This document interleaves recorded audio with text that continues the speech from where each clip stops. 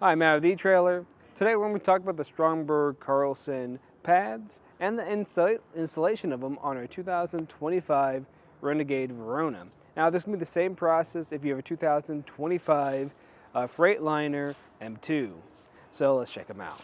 Now our kit today is going to come in a kit of 2. Now there are other kits on our website for either 1, 3, or 4, but I think the kit of 2 are probably going to be best for what we have. Since this is probably going to go on the back half of your vehicle because our feet pack is going to be the size of 11.5 inches in diameter, and they're going to be a round type of foot. And that's what's going to be compatible with this. Now typically for this vehicle, the front end of our vehicle is going to be a little bit different. We're going to have more of a hex design, and those are going to be 10 inches in diameter. Just double check what your vehicle looks like and then go from there. And just make sure you get the right pads for those feet. Now if you have any experience with these pads, let us know what it's like, or if you do plan to go with them, still let us know what its daily life looks like, and just let us know in a comment or review below. So with these are going to give you just overall better stability. The way it's going to do that is in a few ways. So if you focus on the material, this is going to be made from a very sturdy rubber, and this is going to be great because once it's on the ground, especially if you're on any type of paved surface, it's going to just give you better traction, so it's not going to be sliding around. On the flip side of things, if you're on more of a soft surface, let's say some either wet ground or just grass, this is giving us a wider footprint. Because what you're getting before is going to be 11.5 inches in diameter. Now it's going to be 13.5 inches roughly in diameter. So that spread all the way around is giving you a lot more surface area, which in turn is just better stability. But other than that, there's really not much to these. They're fairly simple, but they're going to do a good job at giving you just better camping experiences. Now we do have other options on our website, one of which is going to be snap pad. And I'm actually a big fan of snap pads. The reason why I like those is it's just a simpler installation. With these, you're going to have to get a flathead screwdriver, pry around it so it can fit around your feet pad, and it might take you around an hour, give or take, depending on how many you're installing and how much they're fighting you. Now with snap pads, what I like about those is you just kind of throw them underneath the stands or the pad or the feet themselves, lower it down, and eventually you'll have enough pressure where it just kind of pops into place. With these, you're going to be fighting it more, but either way you go, I think they're still going to be a great option because 1, they're going to give you more stability, and 2, they're going to be a permanent installation, so once you have it on there, you won't have to mess with it again.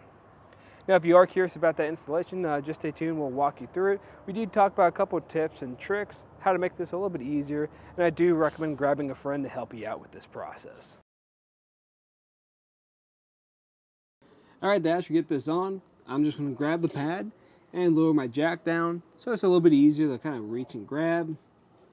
And I'm going to grab a flathead screwdriver to just help me out with this process. Just have a little bit of patience and we'll get through it. So what I'm going to do is try to get the edge of this foot pad in this crevice on one side. So I'm just going to lift up. And what I find best for this is, since this foot plate kind of pivots and spins, I'm going to spin it towards me. So I have this edge that's kind of transitioning from being underneath there to being on top.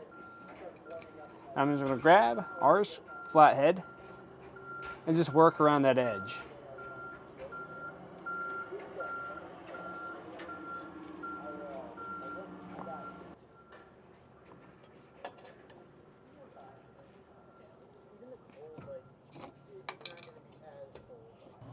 So what we did was we got it on there a little bit, as you saw, and then we lowered this down, the jack, and this is applying some tension to it now.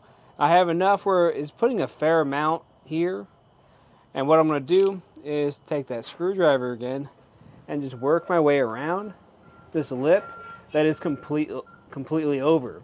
That's why we got one side started, and now I'm just going to apply the other side over it, the top. So after a little bit of work, we were able to get it mostly on. I actually had to have my videographer help me out, and we both had a screwdriver or a pry bar going at it at the same time. That helped us out a lot, so if you have a friend to help you, I'd recommend grabbing them.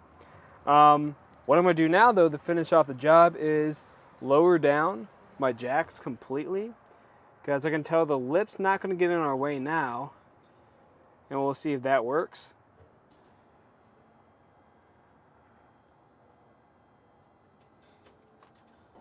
And what I've done now is just lifted this back up, and I'm just checking it out to make sure this is seated around all the edges. We don't have any spot that's still getting tucked under, and we're looking pretty good here. So once that is fully installed, just repeat that same process on the other side. But once you have that done, then that'll pretty much do it for our look at the installation and some of the features of the Stromberg Carlson pads on our 2025 Freightliner M2. I'm Matt. Thanks for watching.